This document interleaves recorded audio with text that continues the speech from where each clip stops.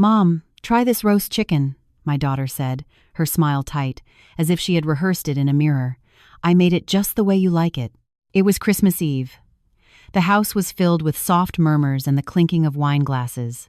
Her voice should have sounded warm, inviting, but something in it made the hair on the back of my neck stand up, like a draft coming through a window you were sure was shut tight. I looked at the plate, then at her eyes. They were bright, expectant, but there was something there that wasn't my daughter. A tension behind them, a glint that was too sharp. "My name is Evelyn Harper. I am 67 years old. I have lived long enough to know that gut feelings don't scream, they whisper, and the older you get, the clearer you hear them." So, while everyone laughed around the dining table, I watched Sarah's hands flutter, pretending to arrange the silverware. I felt a knot form right beneath my ribs. Mark, her husband, was sitting next to me, recounting an anecdote from his office, completely oblivious to the slight tremor in her smile. "This piece is special, Mom," she said, nodding toward the roast chicken she had placed in front of me. Her tone cut too deep. I couldn't explain it, not even to myself.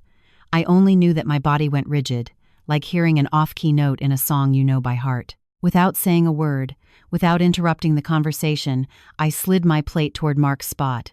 In the same motion, I pulled his plate toward me. Nobody noticed, not even Sarah at first, but a split second later, I saw her gaze lock onto the switch. Her smile froze a half-beat before she pasted it back onto her face. 15 minutes later, Mark clutched his chest. Suddenly, his glass slipped from his hand and shattered against the hardwood floor. The voices cut off. Chairs scraped against the floorboards. Sarah screamed. I sat motionless, my breath caught in my throat. The roast chicken sat intact, cooling on the plate in front of me. And while the living room splintered into panic, the silence inside me grew heavier, pulling me back to everything that had been unraveling long before this night. Mark's collapse played on a loop in my head as the paramedics wheeled him out, but another memory slipped in beside it, one that seemed impossible for the woman Sarah had become. When she was 8 years old, she used to run into my room at dawn, jump on the bed, and yell, "Mom, wake up, we're late for the world." I would laugh, pretend to complain, and get up, even if I had just gotten home from work late the night before. My name is Evelyn Harper, and I am 67 years old. I raised Sarah alone after her father left, moving us from a cramped apartment in Chicago to a narrow duplex on the outskirts of Gary, Indiana. Every move was to somewhere cheaper, somewhere I could maintain without the fear of falling behind. "Mom, don't pick me up in that car anymore," Sarah told me as a teenager. Arms crossed, chin held high. "People stare. They stare because you're beautiful," I replied, keeping my voice calm, though her words stung. She sighed. "They stare because it's old. Everyone else's parents have something normal." The distance didn't start there, but that's where it began to grow. In the last 2 years, an abyss had opened up between us. Sarah got a promotion that came with pressure, new friends who measured success in designer labels, and a fiancé whose family placed a great deal of importance on appearances. She never said she was ashamed of me, but the pauses in her sentences grew longer, her sighs sharper. 2 months ago, she appeared in my kitchen with a stack of unpaid bills. "Mom, you need help with your expenses. You can't go on like this." "I'm fine," I said, trying to sound firm.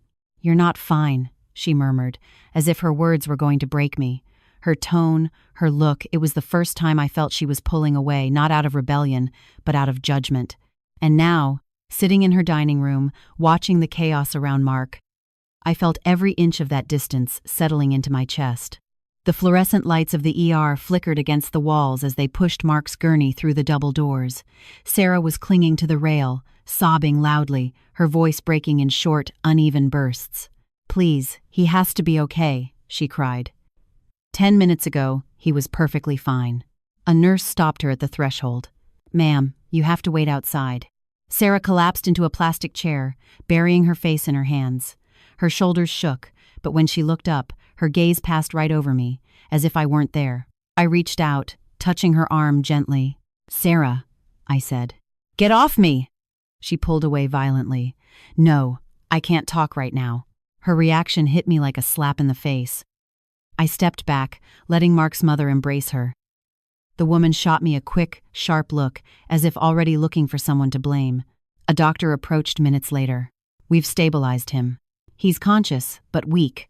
We're running tests for toxic exposure. Sarah's breath hitched. Toxic? What does toxic mean? It's preliminary, he said. We need more studies. She cried harder, but her eyes avoided me completely. Shortly after, 2 detectives arrived, a woman with a firm voice and a man who took notes while scanning the hallway with his eyes. The woman approached me first. Ma'am, you were seated next to the victim, correct? Yes, I answered. My voice was thin. That's right. Did you notice anything unusual about the food? Sarah's head snapped up, finally looking at me, eyes wide, almost like a warning. My throat closed up. The truth weighed heavy behind my ribs. I felt the moment floating there, demanding something from me. But admitting that I had switched the plates that the piece meant for me ended up in Mark sent a chill through me. I don't know, I whispered. The detective studied my face, waiting for more, and the silence around us felt like it was tightening. There I was, split wide open between instinct and loyalty, knowing that the next words out of my mouth could change what little remained between Sarah and me forever. The detectives asked Sarah to step out for a moment. She resisted at first, clinging to her performance of panic, but the quiet firmness of the female detective left no room for argument. When the door closed, the room felt smaller.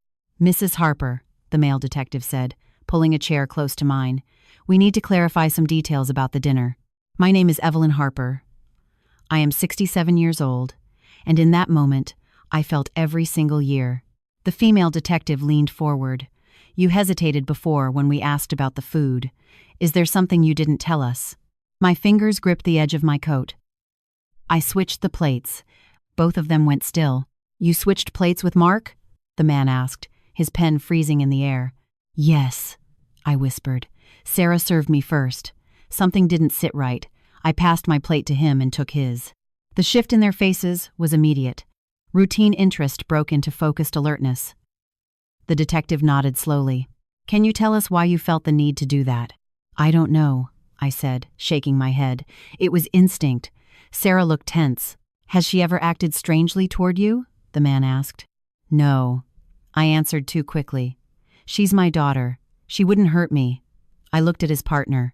I added more quietly. She gets stressed. She's been overwhelmed at work. Money is tight. But she wouldn't.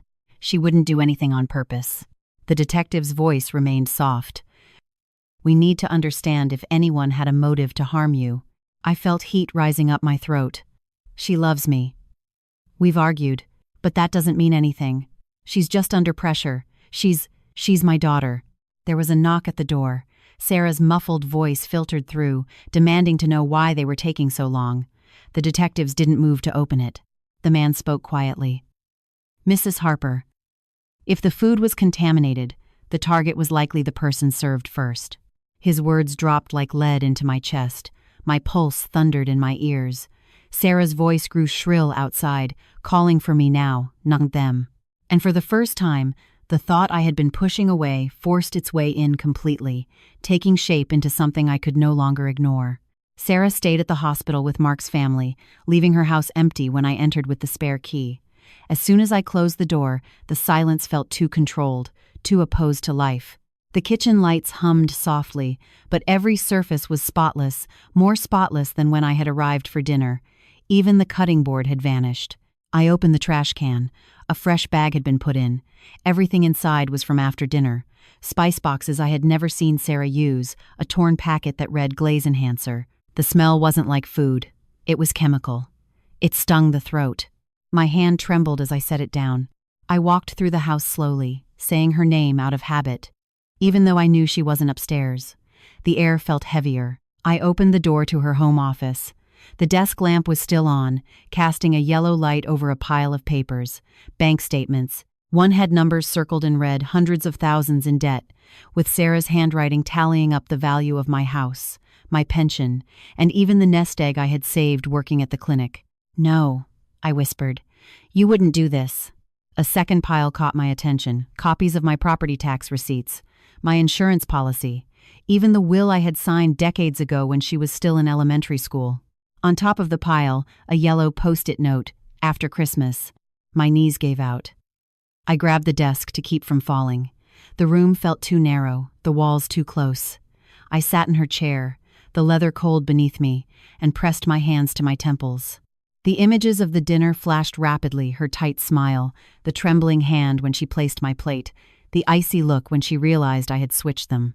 The documents lay before me like open wounds. Not accidents. Not misunderstandings. Intent.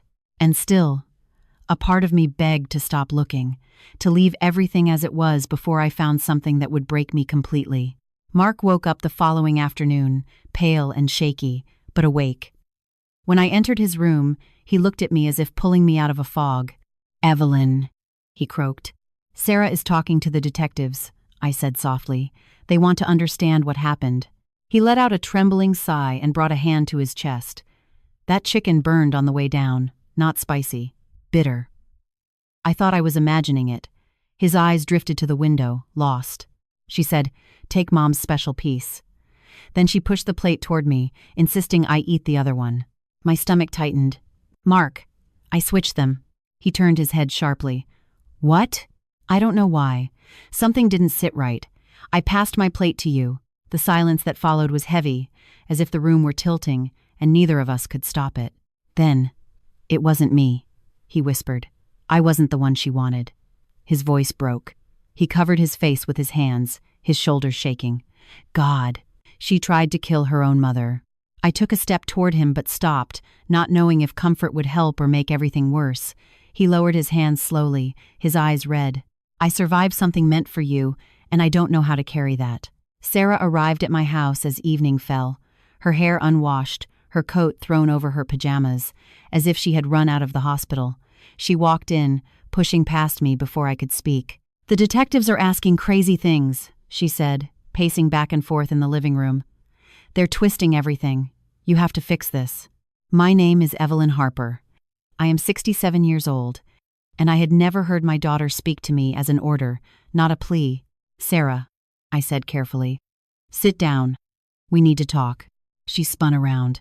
"I don't have time for chats. They think I—" Her voice dropped to a whisper. "They think I did something to Mark." I looked at her steadily. "They think someone tampered with the food." She froze. "What did you tell them?" "The truth." Her breath hitched. "And what does that mean?" "That I switched the plates," I said. I told them. For a second, it looked like the floor had been pulled out from under her. Then her face hardened. "Why did you do that? Why did you make everything worse?" "I didn't make anything worse," I replied. "You served me first. Your hands were shaking. Something wasn't right." Sarah let out a thin, broken laugh. "Oh, Mom. You and your hunches. Always so dramatic." "You asked Mark to take my piece," I said. "He remembers." She clenched her jaw. "He shouldn't have." She stumbled over her words. This wasn't supposed to go wrong. A cold chill ran down my legs. "Finish what you were going to say." She looked anywhere but at me. "You're old, Mom. You don't understand how hard everything is.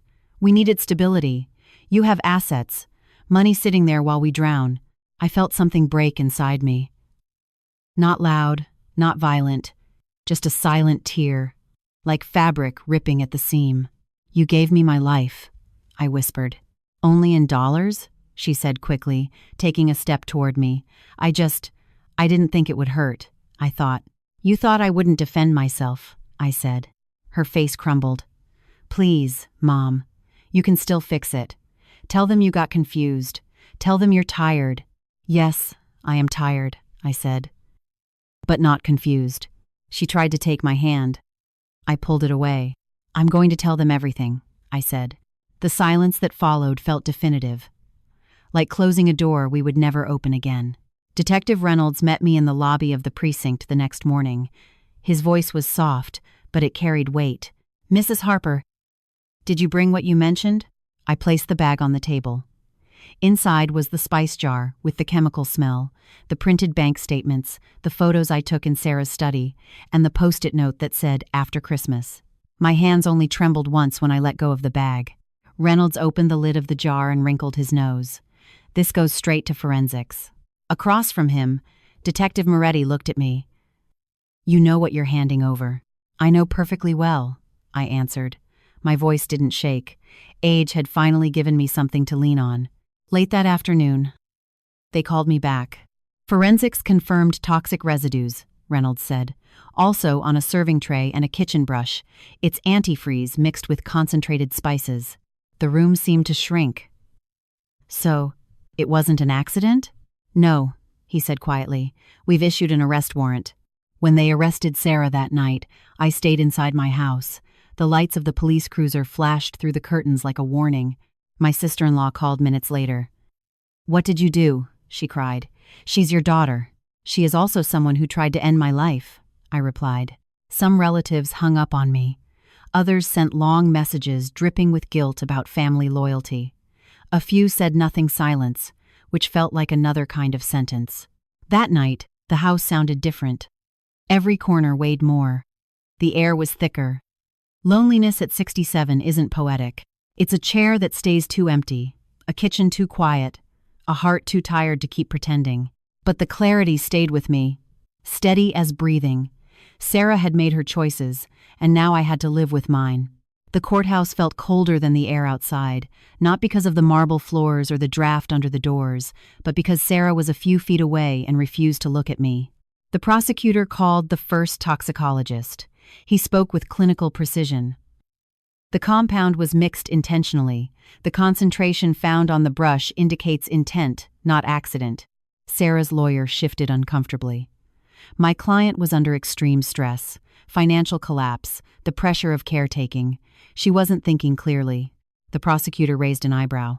She thought clearly enough to measure, prepare, and apply the substances to only one piece of chicken.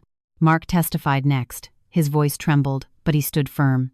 She pushed the plate toward me. She said, "Take Mom's special piece." He swallowed hard. I didn't know. I didn't know I was taking something that was meant for her. I kept my eyes on my hands while he spoke. When they called me, the room filled with a heavy silence. I walked to the stand, feeling every breath. "Mrs. Harper," the prosecutor asked, "why did you switch the plates?" "I don't know," I answered. Something in her eyes didn't add up, so I acted. My voice was soft, but it didn't waver. "I'm 67 years old. Instinct keeps you alive. And what did you find later in her house?" I described the documents, the jar, the note. Sarah's shoulders hunched with every word. Her lawyer tried to talk about desperation, mental strain, poor judgment, but the evidence didn't bend. Late that afternoon, the jury returned. The foreman stood up, guilty of attempted murder. Sarah's head dropped as if someone had cut a string. I didn't speak. I didn't move. Justice had been done, and its echo weighed heavy on my chest. 1 year later, my apartment in a quiet part of Seattle was so quiet you could hear the electric kettle click off. No music, no laughter, no plates clashing on a full table. Just me, setting a simple place setting with the dinner I had made for myself. Mark had sent a card that morning. He wrote that he was rebuilding, that he hoped I was resting, and that he hadn't forgotten who saved his life. I placed it next to a sprig of rosemary, the closest thing to a decoration I needed. I lit a candle. The flame was steady, unlike the one I had inside me last year. I sat down and whispered to the empty chair across from me. I listened to myself. For once, my voice didn't tremble. Instinct had carried me for 67 years, and it saved me when love wanted to silence it. A soft knocking startled me. It was my neighbor, Tina, holding a small container. "I made too much," she said. "No one should eat alone on Christmas." I smiled. "Come in, sit down." She hesitated for just a second. "You sure?" "I'm sure," I said. "Company weighs less than silence." We ate quietly at first. Then we talked about small things, her new job, the rain, how long the winters feel in the Pacific Northwest. She never mentioned the trial. She never mentioned Sarah. Kindness sometimes lives in what people don't say. When she left, I washed the dishes by hand, one by one, letting the hot water calm me. Neither triumph nor resentment, just breathing, just another winter I got to see.